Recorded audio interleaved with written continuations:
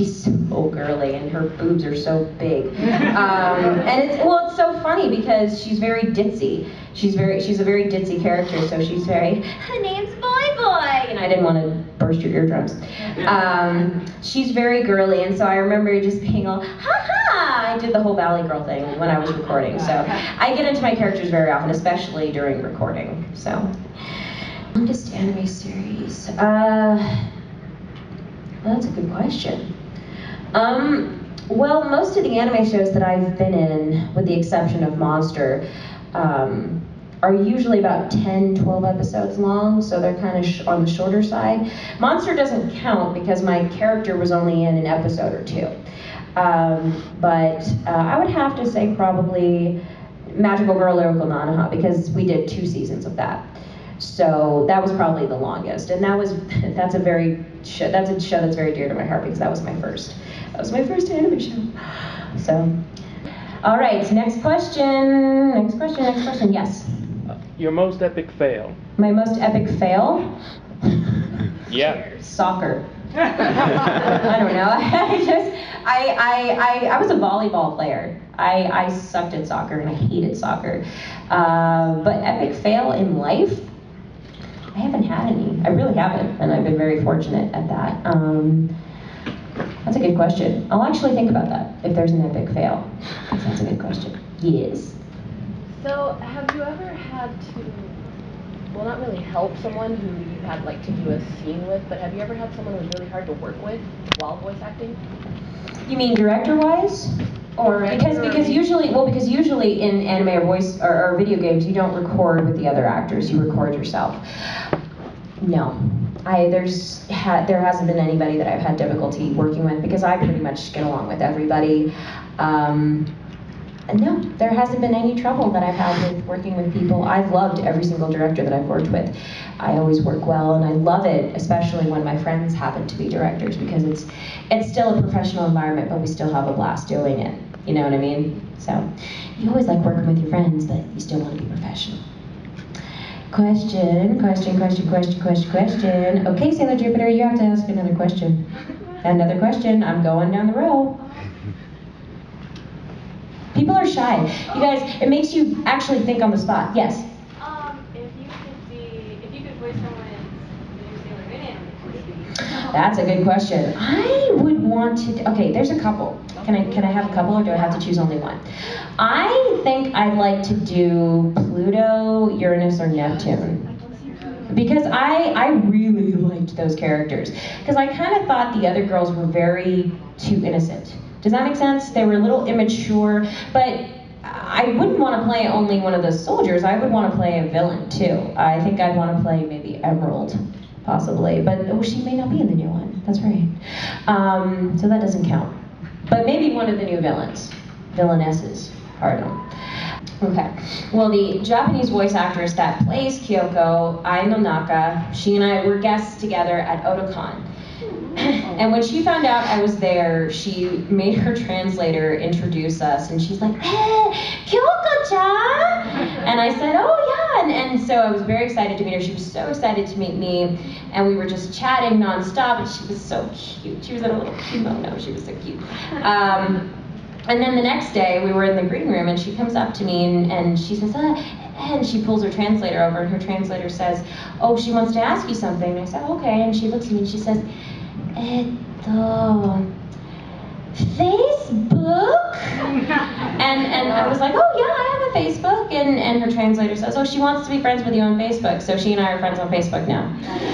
So, and it's really cool because she and I have the same view on Kyoko, and that is, if you're familiar with the show, my character, Kyoko Sakura, when she comes in, she comes in, you think she's the villain of the story when she comes in. She comes off as the villain of the story.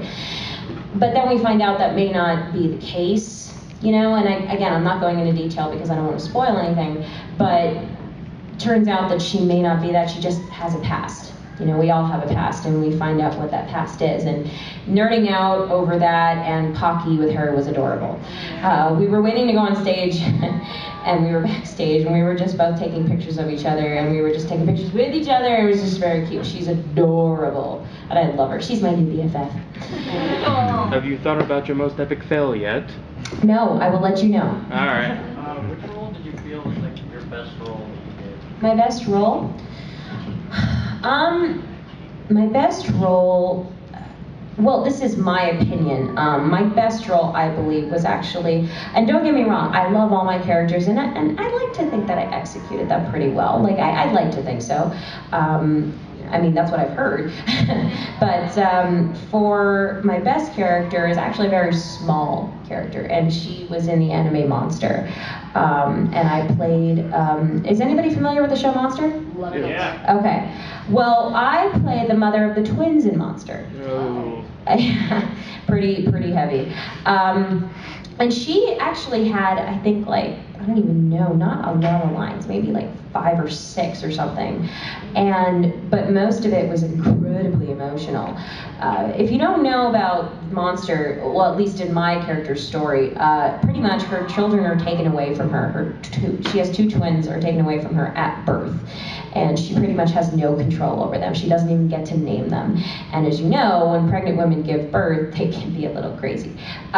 So it's not a good idea to take your children away from a mother. And so she's depressed, and she ends up going crazy, and eventually it's just very sad because she falls in love with a man who's part of this organization to raise children to be the perfect children, basically the next Hitler, pretty much.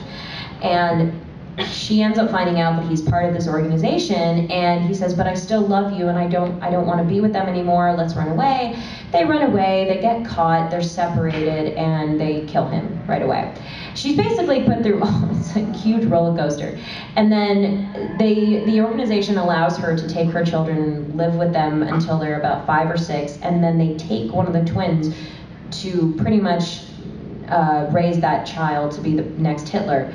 So, and there's a lot of screaming, there's a lot of, no, don't take my children, and it's incredibly depressing, but I honestly, in my opinion, I think that was my best character, that I did my best at. So, if you're standing in line, if you're talking to your friend about, you know, if you're telling a story, and if you did that, it wouldn't hurt your throat. But when you're doing that for 4 hours, 4 hours, that's a lot. And video games are incredibly exhausting. Anime, I don't think anime is nearly as exhausting as video games. So yes, it's very tough. Since we have 5 more minutes, I want to get into as many questions as I can. Yes? Isn't it like really awkward making those grunts like when you get hit? Yeah. Yes. No. Well, a lot of male voice actors will say that it's probably more awkward for women than it is for them. At least that's what they've told me. And I mean, it is, but eventually you start to laugh at it, you know, but eventually it's just, it does get the point across. But yes, it is funny. It's very funny. Yes. It's hard to switch from voice to voice. Oh, come on, you stole somebody else's question. That doesn't count. I'm just teasing. You mean in the same day, or? Well, it can be tough. One day I'll record for, I don't know, Lychee, let's say, and then the next day I'll record for Kyoko. Yeah, it's a bit tough, but that's why they have what are called references. And what that is when you experiment with the character's voice, and when they finally set on a voice, they'll record you saying a line or a couple lines, and then they'll play you those clips in that voice so it can kind of come back to you, so you're reminded of it. So it's a little difficult if you don't remember it, so thank God for references, because otherwise you'd be hearing Kyoko as a 28-year-old woman with big boobs. Yeah, I'm okay with that. Doesn't work. It doesn't work though, because she's like 10 years old. So, okay, next question, yes. Have you ever lost your voice in the middle of recording? Luckily, no, knock on wood. Where's wood? Thank you. No, I have not yet. And you know, I don't think that happens a lot. You lose your voice after you're done, but you learn to preserve your voice, and you know your body, and you know your vocal cords very well. So usually no, it doesn't happen unless of course you are full on screaming for the entire session. Then yes, it's possible, and if that's the case, then they'll say, okay, you've had enough, go home. So, next question. We got like 4 more minutes. Then you. Yes, you. What do you think is better for your voice? Apple juice, water, or honey and tea? Well, apple juice has I don't know. I've never heard of apple juice helping your voice. I've never heard of that. Honey and tea is okay, but honey you want to be careful with how much honey you put in it because it's very sweet, so it'll clog up your throat. I just use water, and like I have tea with me right now because I'm losing my voice. But yeah, I would go with tea. Tea is very soothing. You. This might be a duh question. A dumb question? No, a duh. A duh? Oh, okay. What's a button masher? A button masher? Button masher is pretty much when, because in video games, when you play, do you really know or are you trolling? I don't know. Okay. I was just asking. So, no, a button masher is pretty much when you're playing, let's say you're playing, I don't know, Blaze Blue, okay? Let's say you're playing Blaze Blue or Soul Calibur. There are certain codes that you have to do with the buttons on the controller, right? So let's say you move your joystick to the right 2 times, and then you have to press A, or something like that. Those are moves that you have to remember or whatever. I don't do that. I just press A, then B, then I move the joystick around. You know, you button mash. You press as many buttons as you can. Oh, okay. That's what a button masher is. That's actually a good question if you don't know. Okay, so Noel, and then you behind him. Favorite video game? Favorite video? I like Grand Theft Auto. I like Grand Theft Auto. That's a lot of fun. You can run over people with cars. It's fun, and then you get to steal money from you. You get to do what you can't do in real life, so you can get away with it. I love Grand Theft Auto. It's fun. I didn't care for Vice City. I like Grand Theft Auto 3.